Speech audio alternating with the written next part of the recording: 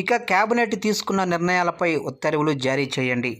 ఇక ప్రభుత్వ ఉద్యోగులకు సంబంధించి కేబినెట్ తీసుకున్న నిర్ణయాలపై వెంటనే ఉత్తర్వులు జారీ చేయండి చీఫ్ సెక్రటరీ రామకృష్ణారావును బుధవారం తెలంగాణ రాష్ట్ర సచివాలయంలో ప్రభుత్వ ఉద్యోగుల జేఏసీ నేతలు విజ్ఞప్తి చేశారు. ఈ మేరకు Telangana employees JAC secretary general Eluri Srinivasarao ఆధ్వర్యంలో పలువురు ఉద్యోగులు సీఎస్ను కలిసి ఉద్యోగుల దీర్ఘకాలిక సమస్యల పరిష్కారానికి ముఖ్యమంత్రి రేవంత్ రెడ్డి తీసుకుంటున్న చొరవను ప్రశంసించారు. అలాగే cabinet sub committee, officers sub కమిటీలను నియమించి ఉద్యోగుల సమస్యలను పరిష్కరిస్తున్నందుకు తెలంగాణ ఉద్యోగుల పక్షాన ప్రభుత్వానికి ధన్యవాదాలు తెలుపుతున్నామన్నారు.